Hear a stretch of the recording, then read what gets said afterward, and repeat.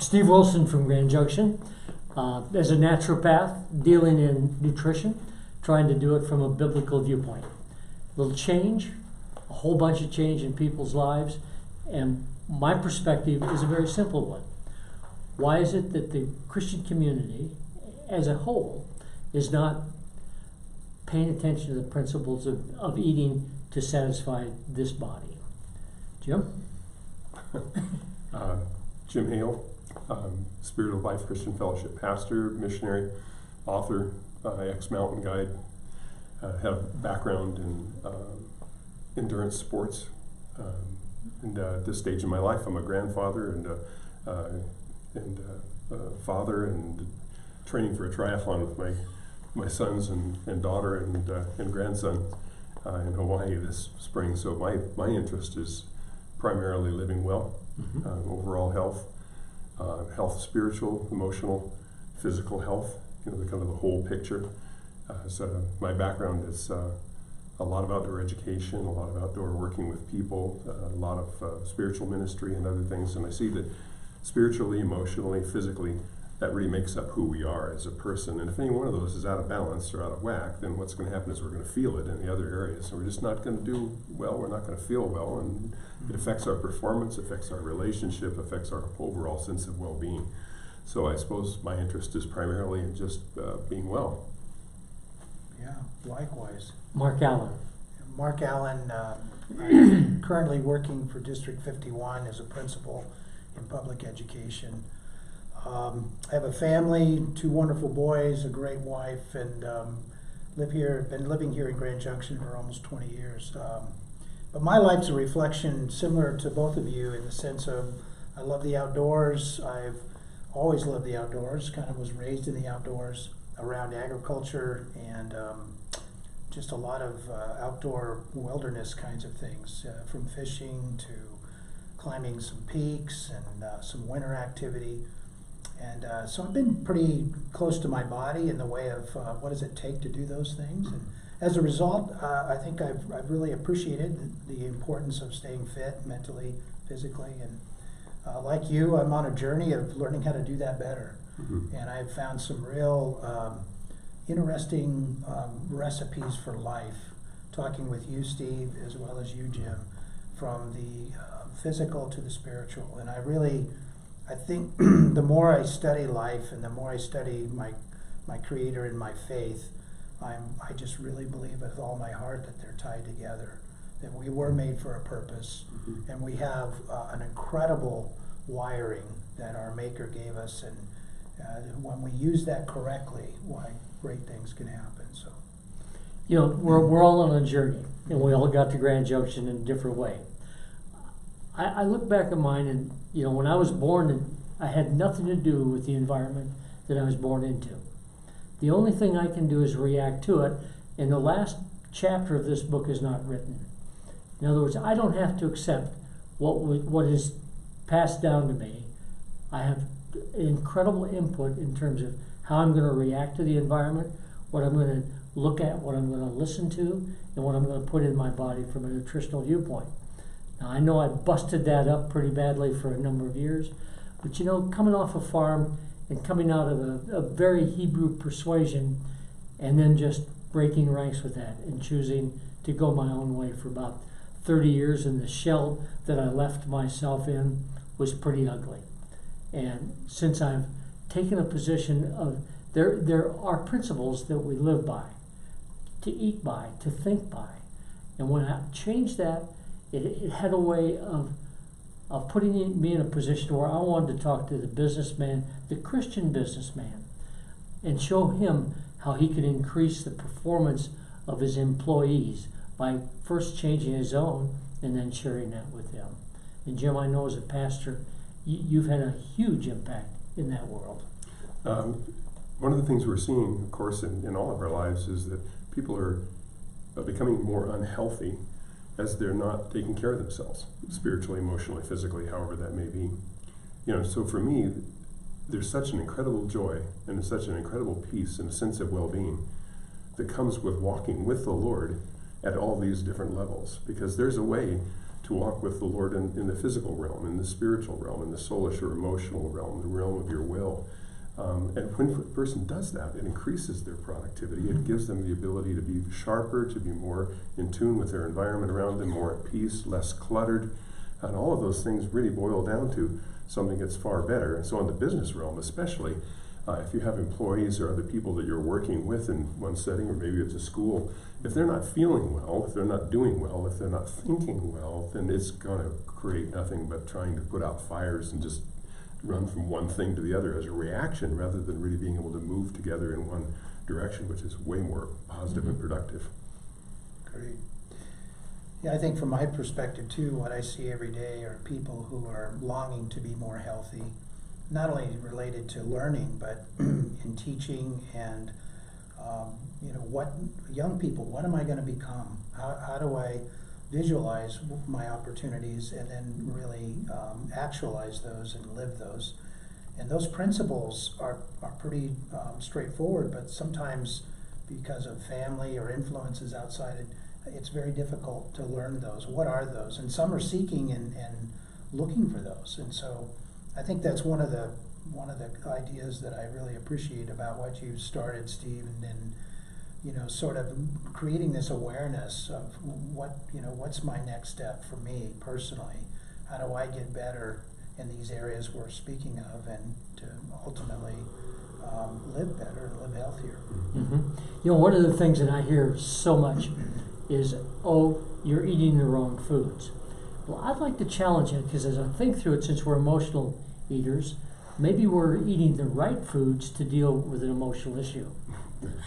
Good. Yeah. So instead of just telling somebody you're eating the wrong foods, but you really are eating the right foods, because that's the solution you have to a problem.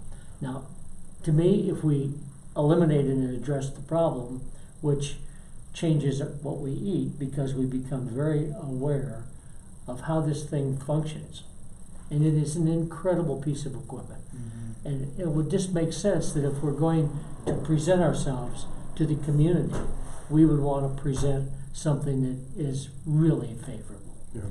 One of the things that the Bible talks about in Psalm 139 is that we're fearfully and wonderfully made. Mm-hmm. And so if you think about, if I have the facts properly here, you have a DNA word for Steve, and there's 3.1 billion letters to that word in your DNA that makes you. And one of the things that I've seen, of course, is how when we first met, we met going off on a rock climb on your 70th birthday, was it 75th birthday? And so here you are out climbing up one of Otto's ladders and scaring yourself to death, and not really particularly wanting to be there, but you were game and you were physically able to do this 450-foot climb or something like that. Oh, it was a 10,000-foot climb. Jim, come on, tell the truth. Well, that's how it felt, I'm sure. But the point is that at 75, anybody who's watching this, if you're ever climbing Liberty Cap here in town, and probably at least a few days a week, and maybe more, you find this guy trail running up there at what is now, how old are you now? 70, almost 8. Yeah, 78 years old. And that's a pretty good model. So we look at Steve and how he's operating, That's right. and how the quality of his life. And that's one of the major factors to me, because it's not only, it certainly is about energy production, it's about how you take care of your physical body, but it also is about your attitude, it's also about your outlook, your sense of destiny and purpose in life, and who are you really? And you're out there running trails with your grandkids, and that's a pretty good thing. I like it. I can't run with them. I'm a little bit behind them. But Mark and I bump into each other on the trail at least 3 times a week, it seems like. And then he's got pictures of snakes, and he's just terrible. But Mark has been really an inspiration, to me to be involved with him, and you too, Jim. And it's neat that we've come together just to portray our belief system to a bunch of people. Are saying, is it difficult to do that? Mm-hmm. And it is really quite easy. Mm-hmm. And isn't that great to have brothers and that enjoy and are feeling the results of what we're talking about every day. We live it. It's something that becomes a way of life, And man, it's so encouraging when other people are doing what you found to be successful, and then they even add to that wisdom with spirituality or nutrition, scientific approach. But it just confirms what we're talking about when it comes to, I have choices. I was meant to be something that's really special. In order to do that, there's some things that we can talk about that really allow me to experience that firsthand. And I feel like it's a daily journey, but it's wow. I didn't know you could feel this good at this time in your life, and maybe even better looking at you two.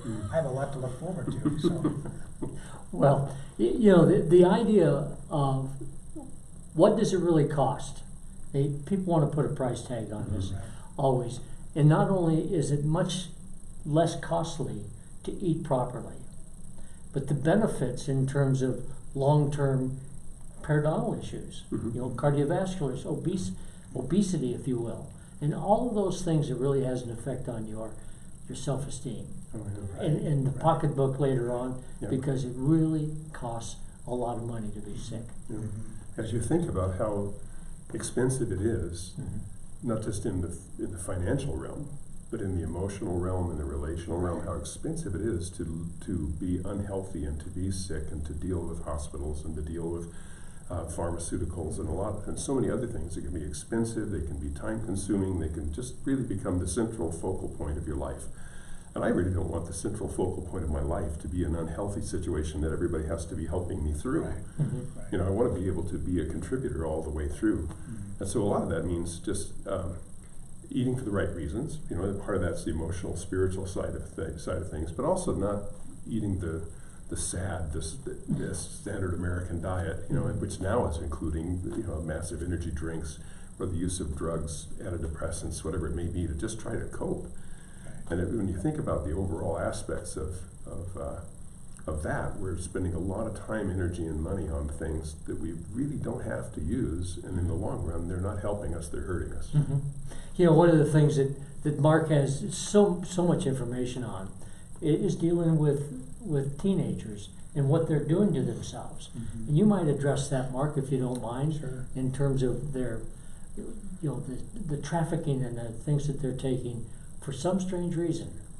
I think it's our society today that the norms that are accepted, and there's such a connection with people in their lives who are heroes, athletes, movie stars, and out of that commercialism that comes attached to all of our food groups by way of sort of looking at them as idols. And then just the practices from the home, what does mom and dad and sister and brother do? And so we're all influenced by these outside circumstances, and I think it's very rich for young people now. They feel, they're very impressionable, and that's the beginning. How do we begin to instill the individuality, the specialness of each and every one of them? How do they realize, what does it take for me to become who I'm supposed to be? And boy, that's the tough part. And nutrition's part of that, but there's the personality, there's the how do I live life? What do I say no to and yes to? And all of the decisions that make up a person in 24-week long episode. And it's a journey to watch all of them make those decisions, but unfortunately there's not a lot of answers out there for them. What's the meaning of life? Why am I here? And so I think it could be nutrition, but there's so many ways we can connect with young people and begin that discussion about how you are unique and special and, in my view, sacred. If you're sacred and you feel that way, there's something you can do to make it exactly the way it was intended to be.